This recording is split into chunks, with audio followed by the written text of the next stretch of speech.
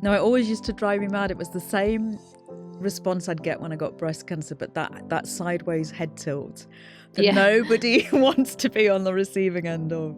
And I remember when I would tell people I wasn't just a single parent, but I was like a lone parent, and they'd be like, "Oh, bless," or "Aren't you brave?"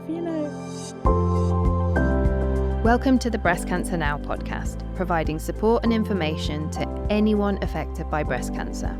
This podcast contains the personal stories, opinions, and experiences of its speakers rather than those of Breast Cancer Now. Today we're talking about breast cancer and parenting, or more specifically, solo parenting. Our guest is Victoria Mapplebeck, a single mum and documentary maker who filmed herself and her son for 20 years on her smartphone. She tracked the first 2 decades of their lives together, including Victoria's breast cancer diagnosis. The film Motherboard was nominated for several awards, and Victoria now teaches other people affected by breast cancer to make their own films on their smartphones. Victoria, welcome to the podcast. Thank you for having me. So we're going to start with a few warm-up questions. Please just say whatever comes into your head. So this is the Breast Cancer Now podcast. So let's get to now each other. See what I did there? If money was no object and you could go anywhere in the world, on holiday, to live, whatever you like, where would you go right now? Venice. Ooh. If you could have the most talented private chef cook a special meal just for you and your loved ones, what would you order right now? Ooh, a really good chicken roast dinner. Ooh. We talk about bucket lists and life goals and the distant future, but there's nothing quite like cancer to ground us in the here and now. If there's one thing off your life goals list that you could do now, what would it be and why? Surfing, weirdly, but I have a very dodgy knee, so I would never be able to do the kind of bending involved. That doesn't matter. But In the world of this dream question, world where body was no restrictions, surfing. Surfing, I love California. that. California. And on a much smaller scale, what brings you joy right now? Definitely being creative. Motherboard's been finished for about 6 months, and I've just broken a kind of filmmaker's block on my next project, and it felt so good. And I noticed how much I didn't stress on the health stuff when I was being creative again. So definitely being creative. It's like I'm a junkie for it, really. It's therapeutic. It is. Complete the sentence. Right now, I am energized for a change, which is not always the case. I like that because you're energized by your creativity. Yeah. All right, well, we want to talk about Motherboard, your incredible film, which I watched last week and absolutely loved it. For watching Congratulations. it. Thank you. Why don't you tell us what the film's about?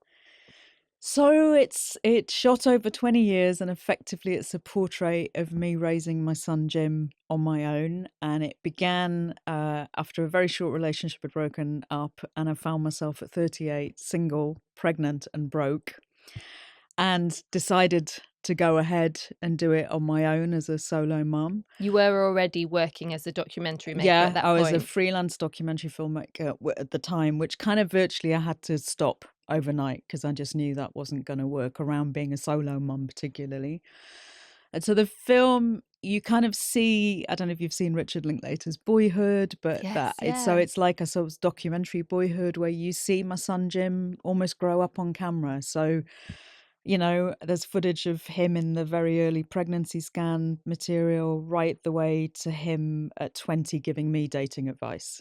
So it's got that huge arc. And along the way, I was diagnosed with breast cancer out of the blue when he was about 13, just coming up for 14. So it charts what a difficult time that was for both of us as well. So it's the highs and lows. Like it's got its, as you'll know, it's got its dark, painful points, but it's also got Jim's very funny. And it's got a lot of gallows humour and a lot of comedy as well. Yeah, I mean, that's the thing that struck me the most about the film. And we'll talk in a moment about the breast cancer diagnosis and what you went through together.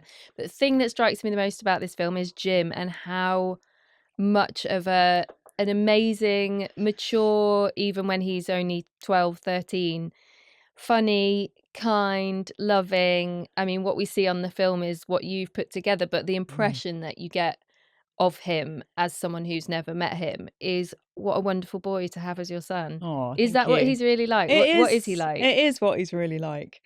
And I think somebody once said to me, "Well, what would you have done in terms of this project if he'd been introverted?" And I bet, "Well, there'd be no film." You know, Jim is a natural performer. He's an actor. He likes being on camera. He always had power of veto, so he kind of watched any of the footage that we were wanting to work with, so he kind of approved it along the way. We're so different in many ways, but the one thing we have got in common is a sense of humour. And I Mm. suppose a particularly a gallows sense of humour, which was definitely a way that we got through not only breast cancer, but the difficult teen years. Because you're right, he's lovely through lots of the film and got a great emotional intelligence, but it does actually also show the more difficult points of parenting when your kid hates you. I mean, like, just Mm. looks at you with such contempt and doesn't want to be in the same room as you. And that we went through those times, and I think they were probably made worse actually about Jim's reaction to my breast cancer at some point. But I wanted both because both are parenting, you know, the joy of it, but also the challenges of it. You know, it can be hard. Yeah, it's a sped up version of the first 20 years of parenthood. Yeah, And it really charts a lot of the emotions that a lot of people go through. yeah, So it takes place over 20 years. Jim is now 22. yeah. Did you pick up the camera or your phone thinking, I'll just do some little films of my new baby? Or did you pick up the camera thinking, I'm going to do a 20-year project of his whole life? The former. So he didn't come out of the womb with me thinking, right, you know, I'm going to chart the Content. next 20 years of this kid's life. And so I had my old DV cam camera from when I'd been a self-shooting director, and it was just home movie footage. With the exception of there's a scene, you know, when my ex-partner asked for a paternity test. Mm, And it was really awful to do. You know, Jim was only about 18 months old, and I decided to film that. So I think there was that filmmaker hat in me of knowing that that was painful. And I was teaching at London Film School at the time, and one of those ex-students filmed that scene for me. But the rest of it, up until Jim being about 8 or 9, is all just what was meant to be home movie footage. And he was the whole project began actually as a written memoir, which Curtis Brown took on, which was all exciting, but then it didn't get published. And then finally I got a first smartphone short filmmaking commission from Film London, and that's when this whole project began to be film, basically. And I made a few shorts along the way before I made Motherboard. So much of it is in the home, which I think a lot of people with breast cancer will really understand. You know, yeah. your horizons shrink, and you very much, you know, it can get claustrophobic at times, but a lot of your life is at home. And a lot of your life is at home when you're a single parent, you Mm. know, without child babysitting. You're sort of, you know, you're the one that's indoors. But obviously, both of us have a life outside of the home, particularly Jim. And so he was amazing in giving me his phone footage, that not all of it, obviously. I'm sure he censored a lot of it. But that footage is a big part of Motherboard. So you see him, he went to Brit school, and you see the friends he has, and you see him going to like festivals and stuff. And so I felt he was so generous with his time and his consent and his ideas that he Mm. needed a credit that was beyond just being the subject of the film. And so that's why he has a creative consultant role. Has he at any point in his life said, Mum, stop filming me? Yes, and there were times where I filmed myself very regularly because obviously I can give consent for my own stuff, and I'm kind of open to it. There were times, particularly when I got diagnosed with breast cancer, that we didn't do anything for I think over a year at one point, and I got very good at pivoting around what he would be okay with and what he wouldn't. So I always shot on smartphones, which made a huge difference because there wasn't like a crew in Mm. the home, or there wasn't even a big camera with a lot of faff. But when I was first diagnosed, even that felt too much. I didn't want to point a smartphone in his face and say, "How are you feeling about everything?" And so I reverted to audio only. So we would do these audio only conversations that weirdly were like almost a therapist's hour. And we couldn't get any therapy at the time, you know, like I was really hoping that there would be some kind of family counselling and on the NHS, and there just wasn't anything. He had a bit of counselling at school, but that was it. And so that was a useful thing to be really mindful of when it was too much for him or when he'd had enough. And of course, when he's in a good mood and he's jokey, he's up for it, you know. So you have to just work around where he's at, really. In the film, you mentioned that you met your son's father through a dating agency, Mm-hmm. but you soon found yourself, in your own words, single, pregnant, and broke. Mm. But then you also talked about how his father asked for a paternity test. Mm. And then in the film, I don't want to spoil anything for anyone, but we do see him, Jim, attempting to make a relationship with his father. But you've been a solo parent basically for these last 20 years. What can you tell us about the relationship there? Does he have the relationship with his father a little bit now? He was, his dad came to see him a few times when he was a baby, and I was like really, you know, we had not had a long-term relationship. You know, we'd had 5 dates, and I was very open to him being involved and was hoping that he would want to be. And it was a lot of sort of on off, whether he would or whether he wouldn't. And then finally, when he'd seen Jim a couple of times when he was a baby, he just said, "I can't do this." And then there was this long gap because he'd made it very clear that he didn't want to be involved in Jim's life. And I don't want that to sound like a tragedy either. I would have liked it, but I also wanted to embrace it and was really confident that I could do it well. I think I was raised by a single mum. Right. And my dad I did see him, but he was a pretty rubbish absent dad. And you see in the film how that relationship plays out. So I knew I could do it on my own and that I would do it well. But then when Jim was about 13, he asked if he could see his dad. And that was difficult because I was really worried that, like, trying to manage his expectations, because I was worried that his dad would not want to see him and that this would be more rejection. And it took me a while to work out that he was ready and that it was the right thing.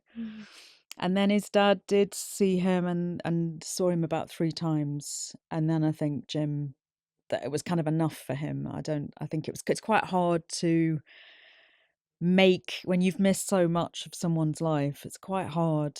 And so I think you know, never say never. Who knows? Yeah. But they met about 3 times. And when you're so close to him as well, like, and the whole thing must have been so difficult for both of you. But it's lovely hearing that you felt that you felt confident that you could do it, even at the point when he was a baby and you knew you were sort of on your own with him. That's really cool. No, it always used to drive me mad. It was the same response I'd get when I got breast cancer, but that sideways head tilt that nobody wants to be on the receiving end of. And I remember when I would tell people it wasn't just a single parent, but I was like a lone parent, and they'd be like, "Oh, bless," you know, or "Aren't you brave?" You know, "Oh, I really struggled to do it so much with the 2 of us."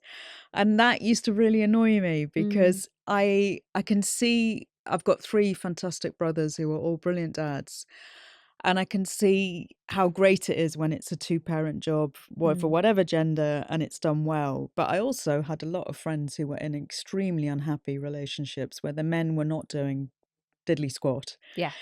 And I felt like I had a lot more single parent women in my life than actually they were on paper. Yes, I get you. You know what I mean? And you know, Paloma Faith talks about it really well, but the mental load of parenting that still comes to women. Yeah. So I didn't weirdly feel that different. Yeah. You know, I felt like in Jim's primary school, the people that turned up at the school gates when they were ill or when they'd forgotten their book bag were 99% the women. Yeah. You know.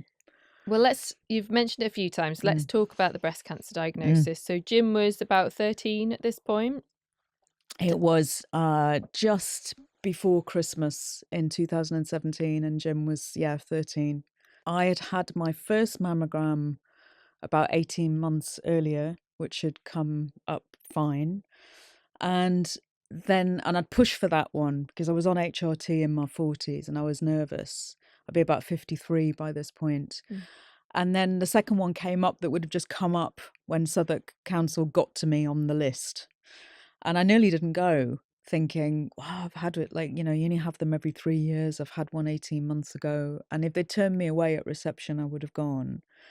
Unfortunately, they didn't. And that's in a way added to the shock of it. So I got called back from that mammogram and then had that going up to the breast clinic for more tests. And I didn't have any lump and no symptoms. So it was a shock. And it was 3 days before Christmas, which was added to the drama of it. It was a, yeah, terrible time of year to be diagnosed. So it was, yeah, it was a real shock. And Stage 3, grade 3.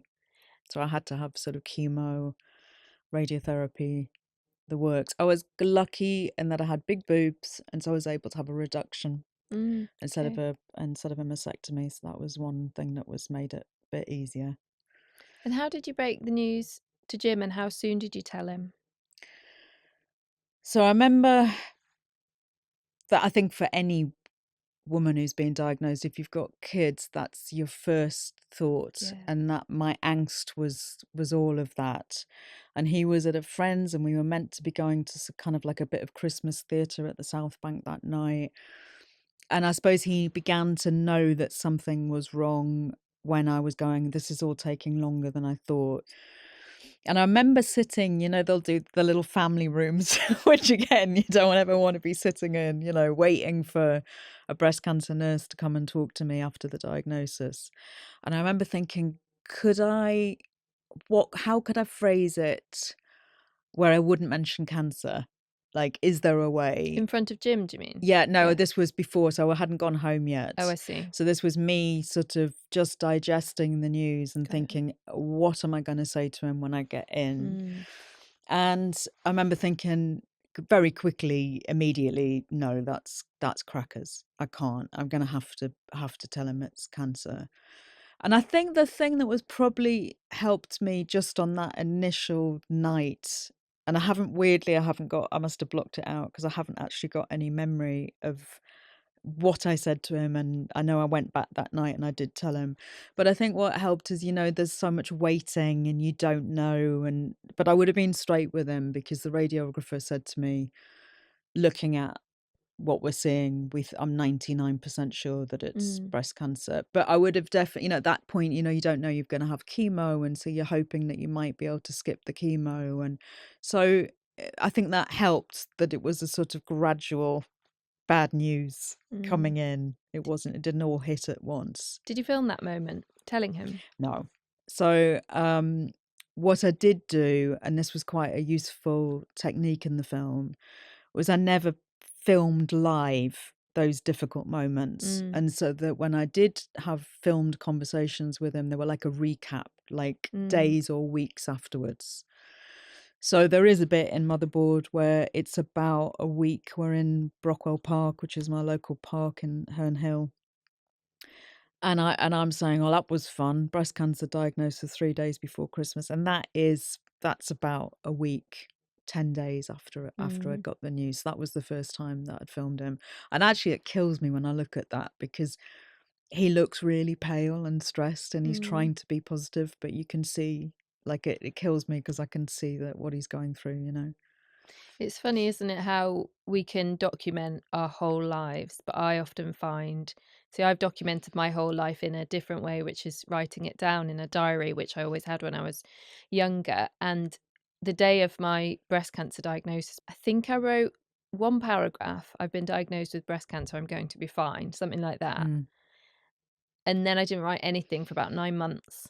And I think it's a little bit like you with your filming. It's like when something is that seismic in your life, you stop documenting. It's almost like it's too big to record it. And I suppose also because you were having conversations with the person closest to you, maybe it feels like if I shove a camera in your face, does it trivialize it, or does it make it seem like I'm coming between the emotions that we're feeling? Yeah.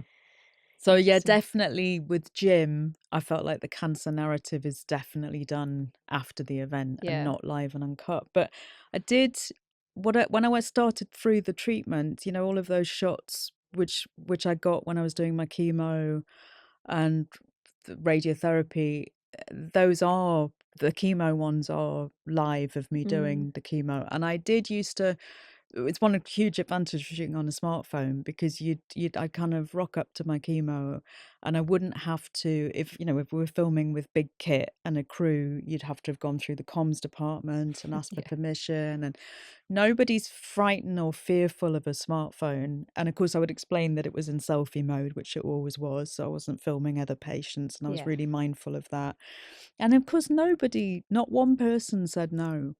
And sometimes when I was going through CT scanners and things, I couldn't press record. And so, like, a radiographer would hit record for me. I'd set it up, you know. And I have to say, that really helped. And then you see that I use video diary a bit as well, you know, when I'm losing my hair or when I'm frightened of a reoccurrence or Mm. whatever. And I used to feel that on the really shittier days, for want of a better word, if I'd made something creative or told it as a story, it did help. So I think with me, there was more documenting it live. Mm. But with Jim, yeah, it was definitely after the event. Or also jokey stuff. So, you know, there's that scene in Motherboard when Jim's the steroids actually that's what it's referring to. So I'd lost my temper because I was on the steroids when I was doing chemo, which make you go bonkers. And so the scene is him joking with me that is going to have a grumpy jar where I'm going to have to pay £1 every time I lose my Right. temper. And I'm saying, "What is there one for you?" And he's going, "No." I'm saying, "What? Not one for you because because you're going to play the cancer card, you know." And so it tends to be that there's a bit of comedy Mm. in the way that me and Jim deal with it. Or if it's darker stuff where he's worrying about what's happening with me, that's audio only. Yeah. Just going back to when you were first diagnosed, Mm. what was your reaction? I mean, I immediately had one of those moments of just people not thinking about the patient and what it's like from a patient's point of view of being diagnosed. So, you know, there's a woman radiographer, and generally, I found women were so much better than the male oncologists, but this Mm. this was an exception to that. And I had a radiography that was just so cold, like saying to me, "I think I'm 99% sure you've got cancer." And of course, Mm. I'm devastated and really frightened for Jim and looking for reassurances. And I know they can't always give you that, but she was so cold in the not being able to give me information. And then just as I was leaving, she said, "You know, there are some positives." And I'm thinking, oh, she's going to say I don't need chemo or something. And she goes, "Christmas is coming." And I'm like, so I think I was reeling. And then the counterpoint to that was then a breast cancer nurse who was one of the nicest women I've ever encountered, Mm. who was so cool about my fears. I remember having an immediate fear about losing my hair because I knew that that would frighten Jim. And she was just so cool in the listening. So that was good. But I think, of course, my fear went to, is it going to kill me? And I think when you're a lone parent, that's especially frightening.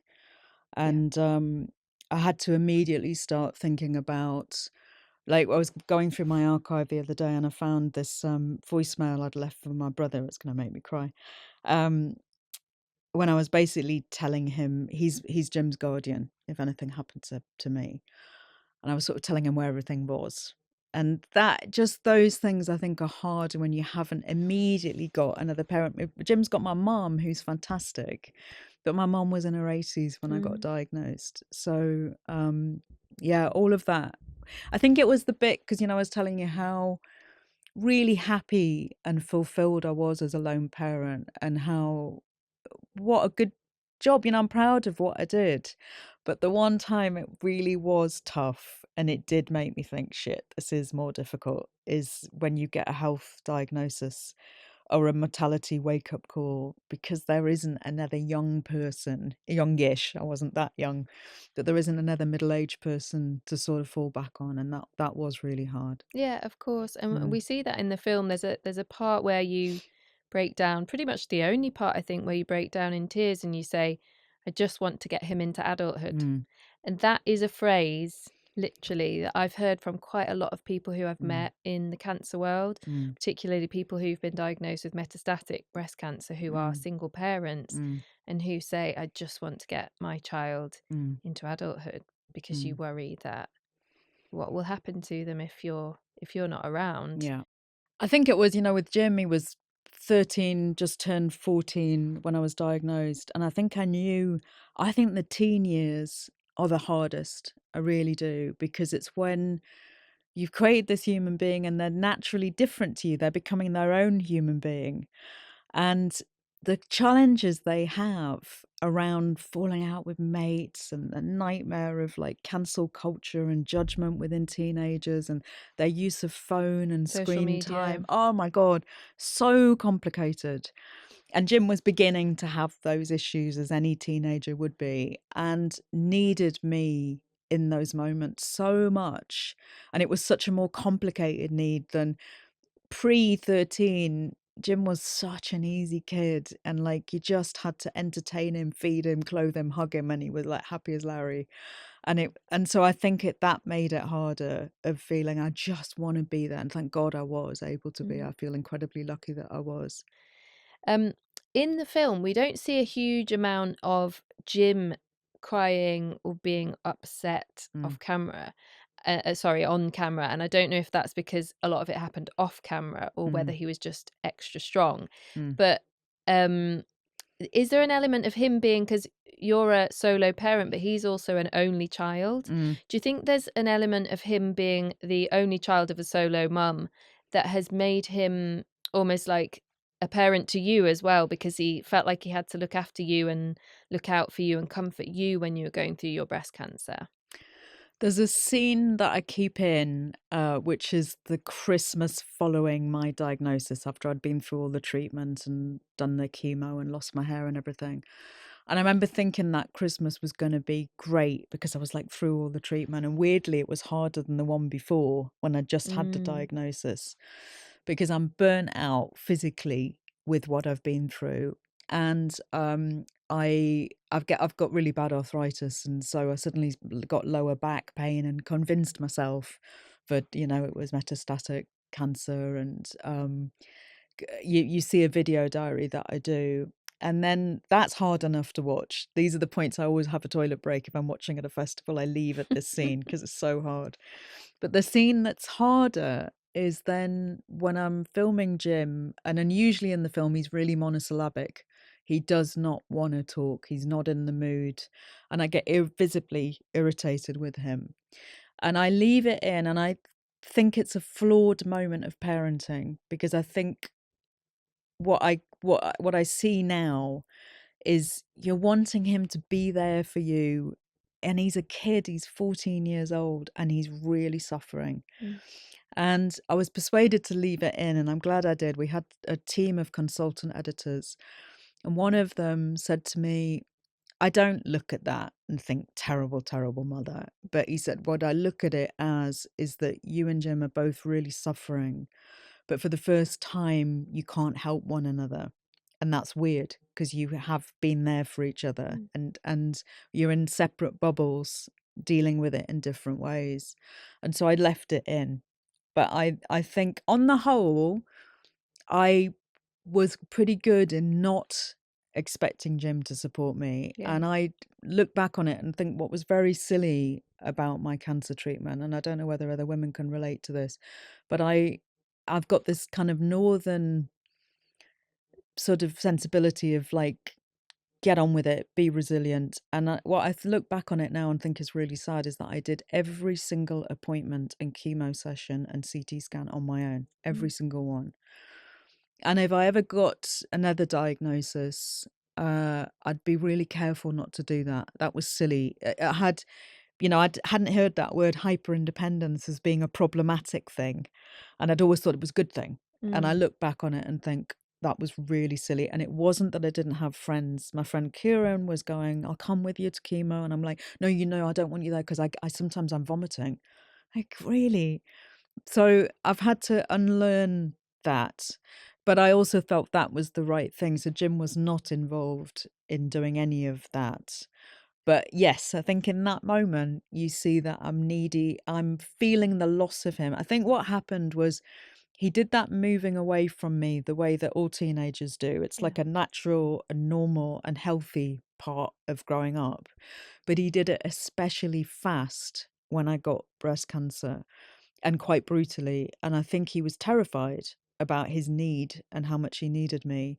And so I think he deliberately really pulled back very Mm. quickly and very dramatically. And of course, that in the middle of treatment was really hard. It would have been hard anyway. It's hard. It's a hard point for a parent, that when you lose the connection. Yeah.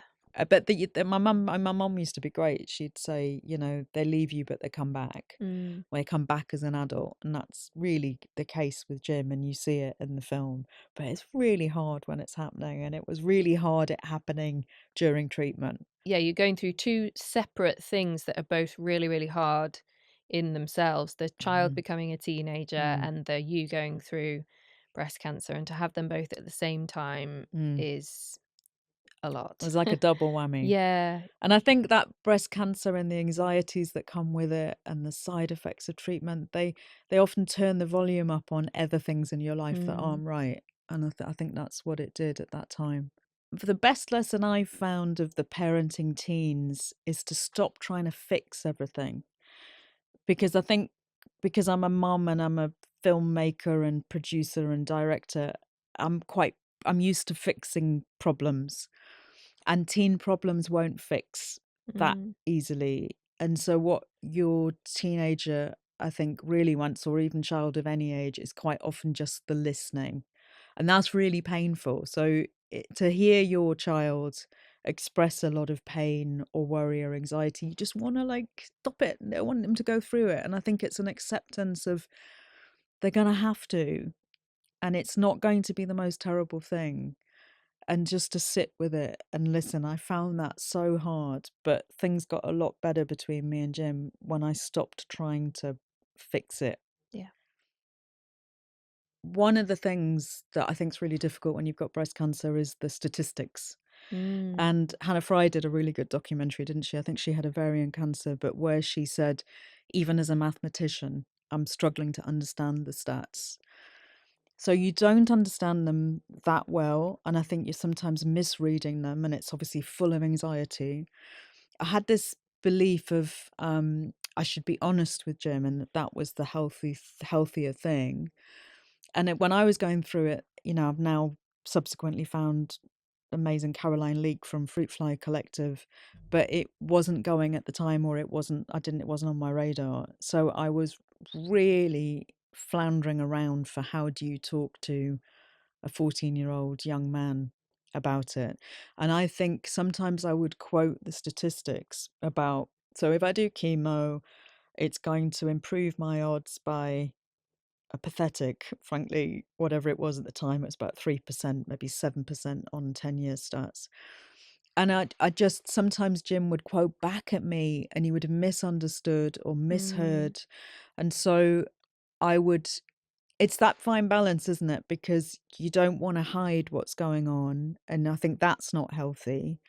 You know, I've got a friend who went through secondary breast cancer who did not tell her younger child at all until a week before she died. Oh, wow.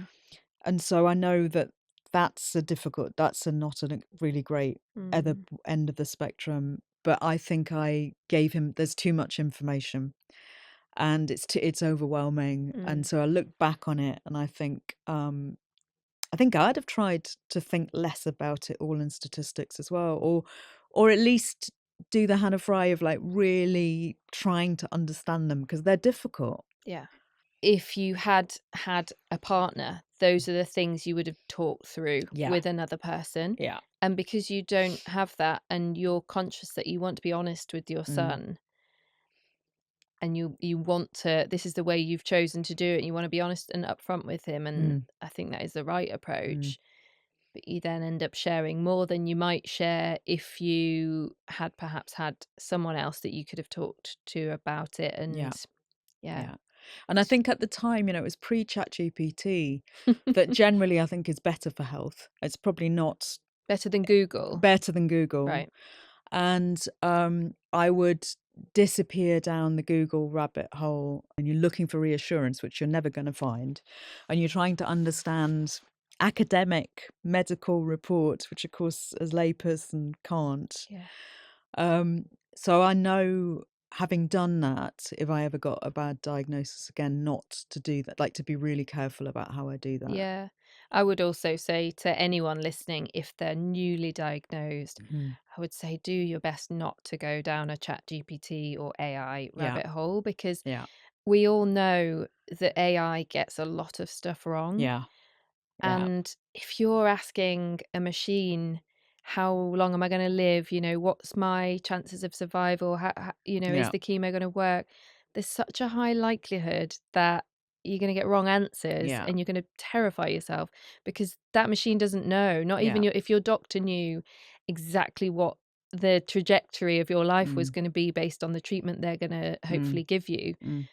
then they would be able to tell you, but they don't even know that. No Yeah. one knows that stuff. Yeah. So just please, listeners, please just Yeah. don't spend too much time Yeah. I agree. Googling or AIing your Take diagnosis. some Just discipline, though, I think. read a book instead. Go and Yeah. read a novel. Go and watch some really absorbing Yeah. TV. Go and watch Motherboard, which That's is your yes. brilliant documentary. That would be good.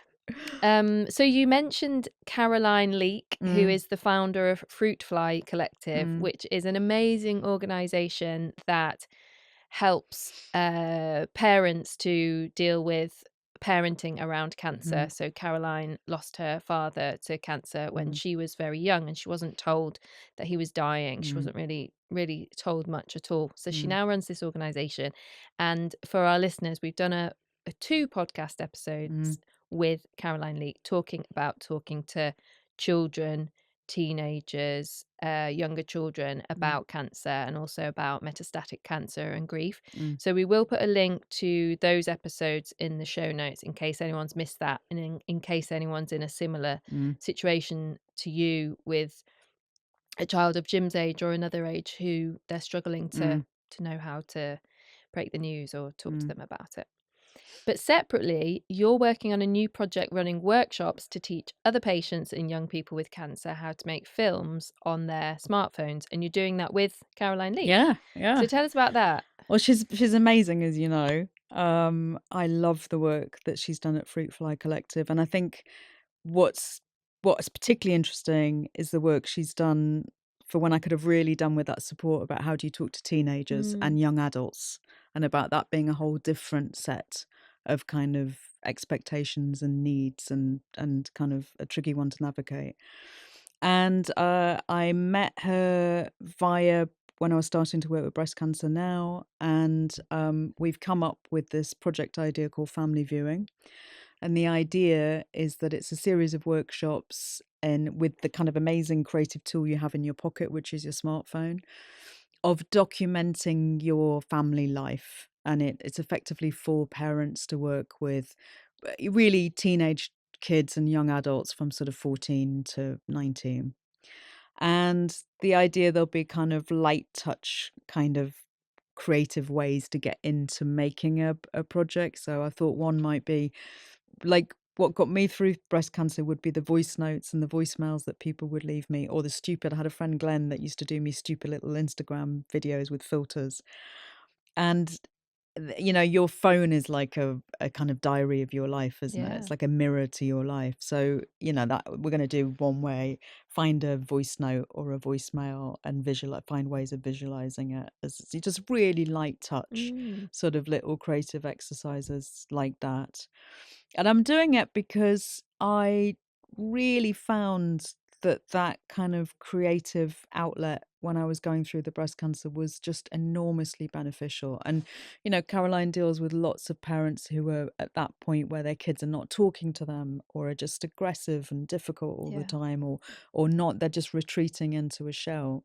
So I'm hoping that maybe having this collaborative creative venture, and again, their kids can be sort of involved as little or as more as they would like to be, will be helpful and might help build those Yeah. relationships, because I think I kind of love the way we live our lives now through our smartphones. Yeah. And so And there's yeah, text messages it's and things got like that. Jim's kind of Snapchat videos or text messaging, and it's got from the text messaging of the early Nokia years when I was in touch with Jim's dad to obviously the kind of messaging around Apple and the switches to voice, because Jim loves a voice note, which they can go on for days, his voice notes. So yes, I think that all of that kind of is fantastic creative material that you've got in your phone for a really good film that Yeah. feels quite contemporary as well. Because I didn't want to make a documentary that was like a lot of sit down, Mm. boring interview, because I think a lot of documentaries can be quite traditional and a bit earnest. So it hopefully has that lightness of touch. So some of our listeners might be wanting to make Instagram reels or content videos about their cancer experience, whether it's to help them through it or whether it's to share stuff on WhatsApp with their Mm, friends. mm. Do you have any tips, any pointers as to how people can start filming with their phones? Well, I mean, like immediately, one thing about if you would felt, oh, I can't film in a hospital or a cancer ward, you really can, because if it's in selfie mode, you just need to be mindful of you're not filming people without their consent. But like I say, if you're shooting with a smartphone, really, and you tell, I would tell the breast cancer nurses, I'm making a film about my whole cancer journey, and like really, that will probably be very easy and fine. Have to say, I'm always really nervous of even taking a photo in hospital. Mm, Like, for example, sometimes I think it'd be really amazing to have a photo of me going into the CT scanner or mm, even a video, as you said, but I'm mm. always too scared to ask anyone. I always feel like I'm asking people too much. Literally, I nobody ever said no, Yeah. and I asked a lot of them. I really did, and nobody ever said no. So I think I'd take that as a Yeah. sign. Maybe I'll do one for my Yeah, CT scan next week. I'll yeah. just ask them to And do a if you're video. in selfie mode, it's you filming you, Yeah. and you give consent for that. The other thing is selfie mode. So when people do talking to camera, I am so awkward about that. Particularly, I wouldn't mind it if I was sat on my own in a Mm, room filming myself talking to my phone, but people who do it whilst they're walking down the street, I just think how I would just feel so silly walking down the street talking into my phone in mm, selfie mode. mm. Is there a way to get around the sort of awkwardness and nerves of that? It's funny, I was listening to a Radio 4 program which was about the differences between Generation Z, like Yeah. Jim's age, and millennials. And I hadn't heard that term, but it's called the millennium pause. So Generation Xers take the piss out of people who are 30, 40 something because they're not used to just videoing straight into it. Yeah. And so they have a little, is it on? Is it on? Am I working? And I'm definitely guilty of that. But you can cut that out. And the other great tool I've come across is CapCut. So Jim's taught himself to edit on CapCut, and Okay, is that an app? that's like an edit Yeah. app that you can just get. So you can get rid of them if you've got the millennium pause and like a really embarrassing, is it on? What am I doing? You can cut it out very easily now on an edit app. And finally, on that point, should you get one of those little handheld tiny little mics that you see people with?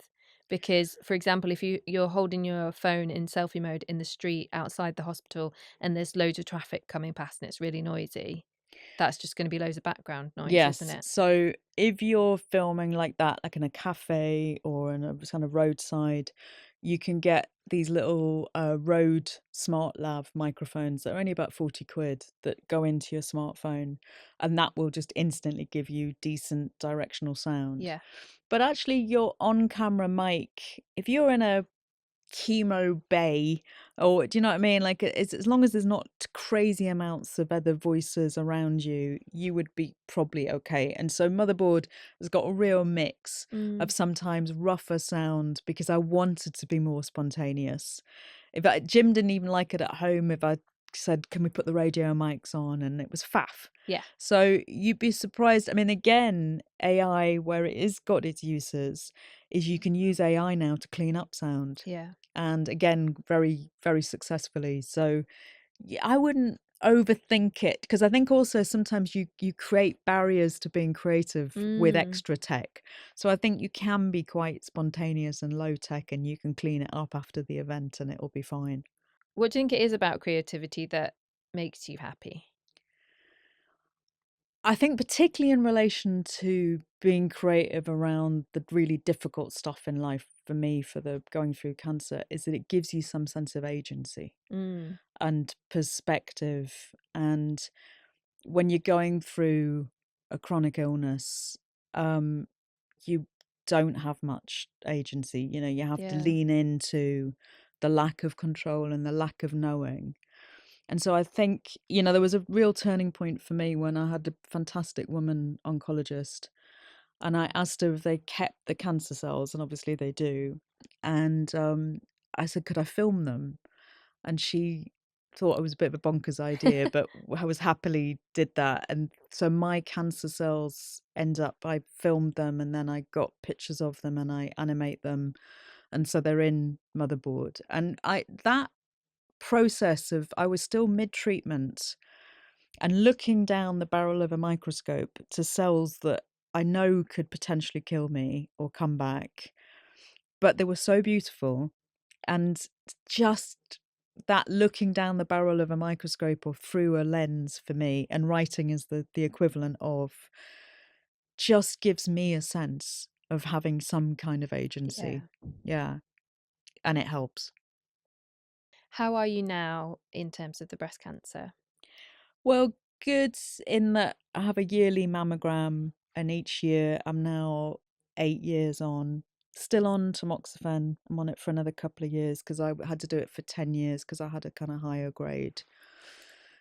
And doing better, that's physically how I am. And then the physically how I am, I'm so understanding of how lucky I am in that I'm not going through active treatments in that difficult way, but definitely left with a lot of the fallout Mentally, you mean? Yeah. mentally and Oh, physically physically, even. sorry. So Yeah. You, even physically, I had a chemically induced menopause. I made a decision actually to go on to HRT in this last couple of years, but obviously that's a very difficult decision to yeah. make when you've had breast cancer before. I had to do a lot of research. I'm still not sure if it was the right decision.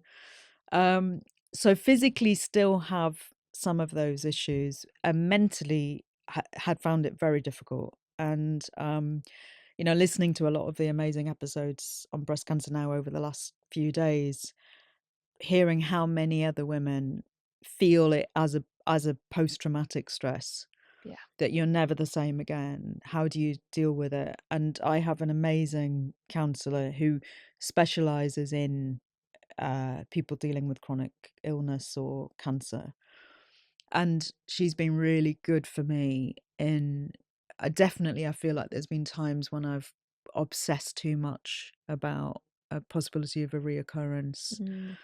or almost over investigated things or under investigated things. So, I had a really bad lower back pain and I let it go for about 4 or 5 months, just obsessing. And it was an inflamed coccyx, but I really was so frightened. I didn't want Mm. to go down that road, and did in the end. So, where can people watch your brilliant film, Motherboard? So you can watch it on streaming services, and you can find out which ones on my website, which is Motherboard Film website. I've got an Instagram account, and also Toll Stories, TULL Stories, are our distributor, and they will have all the details as well. Brilliant. And we've put all the links in the show notes so people can just click straight on through. And it is an absolutely brilliant film. I loved watching it. Loved watching your 20 years of motherhood. And are you still filming? Are you still continuing? The latest project I'm doing is a podcast series idea, so it's going to be audio recording for the minute. But yeah, I am still with the smartphone. I'm definitely still filming like once or twice a week. So yes, I'm building another archive. Hopefully, have another feature film in the next 3 or 4 years. I'd like to finish with the questions we ask everyone on this podcast. Mm-hmm. In just one sentence, if the listener takes one thing away from this episode, what would you like it to be? Oh, that you can get through the tough times You know, you can embrace them and meet them head on, but you can get through them. Fantastic. Well, Victoria, thank you so much for coming on the podcast and sharing all of your wonderful stories with us. Thank you. Thank you for having me. If you enjoyed this episode of the Breast Cancer Now podcast, make sure to subscribe on Apple Podcasts, Spotify, or wherever you get your podcasts. Please also leave us a rating or review on Apple Podcasts and perhaps recommend it to someone you think would find it helpful. The more people we can reach, the more we can get Breast Cancer Now's vital resources to those who need them. You can find support and information on our website, breastcancernow.org, and you can follow Breast Cancer Now on social media at Breast Cancer Now. All the links mentioned in this episode are listed in the show notes in your podcast app. Thank you for listening to the Breast Cancer Now podcast.